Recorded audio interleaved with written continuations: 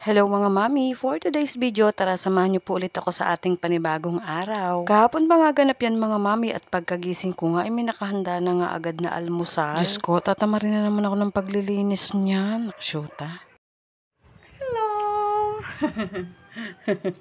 Sa tuwing pagising ko nga ay lagi nga nakaharot ang dalawang ayan sa akin. Update ko lang din kayo mga mami dito sa ilalim ng lababo namin at di ko pa nga nalalagyan ng kurtina. Dahil nga yung kurtina ay nandoon pa nga sa patahian. Kahit nga nakahanda na yung almusal ay hindi pa nga ako nag-almusal. Ewan ko ba kung ako lang talaga yun mga mami. Ang gusto ko lang talaga sa umaga ay ang pagkakape. Nilabahan ko muna yung basahan ng map bago ko nga siya ilagay uli. Kagandahan nga dito sa map na ito mga mami ay pwede mo siyang tanggalin. Tapos pagkalaba mo nga ay pwede mo siyang ikabit ulit. Tapos ay pwede mo na siya ulit na ipunas. Maganda pa nga sa map na ito mga mami ay pwede nga kahit saan siyang anggulo. Dahil nga naliliko-liko siya. Kung bet nyo rin nga siya mga mami ay ilalagay ko sa comment section kung saan ko nga yan na-order. Mahahaba na nga ang kuko ni Tanggol kaya naman sabi ko nga kay Daddy Aji ay putulan na nga rin niya. Buti na nga lang at hindi yata malikot ngayon si Tanggol. Kapag nga garni ang manghihiram ng motor ay sadya namang mapapaulit kayo. Thank you Alona and Elton. Tapos ay nung pahapon naman mga mami ay may bisita nga akong dalawang mga batang mababait. Lalaro-laruin lang daw nila si Toffee at si Tanggol. Sadya namang kasusweet nga ng mga ate na ayan. Pagkakuha ko nga ng pinatupian kong kurtina ay ikinabit ko na nga rin dito mga mami. Abang na nga akong matapos ang kurtina na ayan at excited na nga akong ikabit. Tapos na naikabit ko na nga ayan na nga ang naging resulta at ako nga ay gandang-ganda. Kaninang umaga naman ay antok na antok pa nga ako pero kailangan ko talagang bumangon. Kahit nga ako'y tamad na tamad ay pinilit ko nga at kailangan ko nga maagang makapaglinis. Naku, syuta. Kaya naman nga pinilit ko na ang sarili ko para nga makabangon na.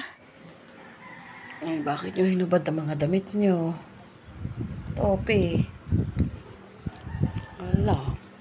Nahubad na kayo. Hindi talaga silang masanay magdamit sa tuwing umaga nga ay hubad na. Pagkapainit ko nga ng tubig mga mami, ikinuha ko na nga itong kope ko. Brown at ako ay magkakape na. Hindi ko pa nga nagupit-gupit yan dahil kagabi ko lang ayan binili. Diyos ko, parang naiwan pa talaga ang diwa ko sa kama. Antok na antok pa talaga ako dyan. At habang nagkakape nga ako dyan mga mami, ina-assist ko muna itong aming bisita na padating. Dahil nga ngayong araw ay Sabado ay kahit papaano ay may dalawang guest kami na padating. Thank you Lord sa blessing. Hindi ko pa nga nauubos ay ang aking kape. Inumpisahan ko na nga itong aking pagliligpit-ligpit. Kung matatanong nyo nga mga mami kung bakit nga ako nagmamadali. Dahil nga ngayong araw ay magpapariband nga kami ng mga kapatid ko. Kung mapapansin nyo nga mga mami, yung buhok ko talaga namang lumalabas na nga ang sumpa sa may tuktok.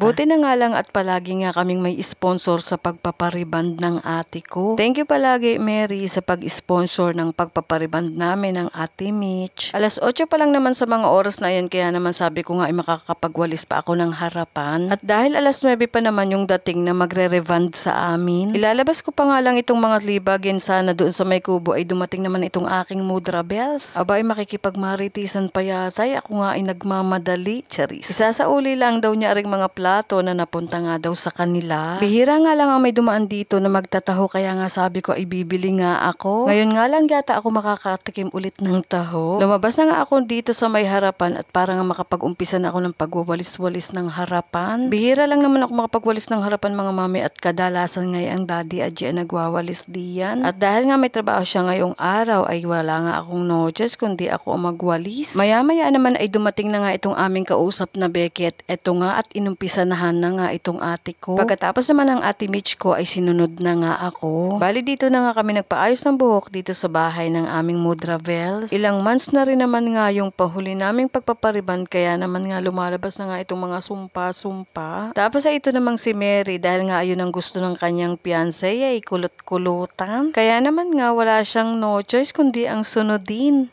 Char. Habang pinaplansya pa nga ang buhok ng ate ko, eto nga't nagpunta muna ako ng kusina para nga makapagluto muna ng uulamin namin. Pasensya na nga lang kay Becky at tosino nga lang ang maipapaulam namin. Pagkaluto ko nga mga mami ay kumain na nga rin kami tapos ay tinapos na nga niya ang mga ginagawa sa mga buhok namin. Tapos ay ayan na nga yung naging resulta ng kulot-kulutan ni Mary. At ayan naman yung naging resulta sa amin ng ate Mitch. Pagkatapos nga naming tatlo ay umuwi na rin itong si Becky. Sobrang nasatisfied naman kami sa paggawa niya ng mga buhok namin. Kaya naman kung gusto niyo rin mga mami, i-PM nyo na lamang siya. Yun lang muna ulit mga mami. Thank you for watching. God bless.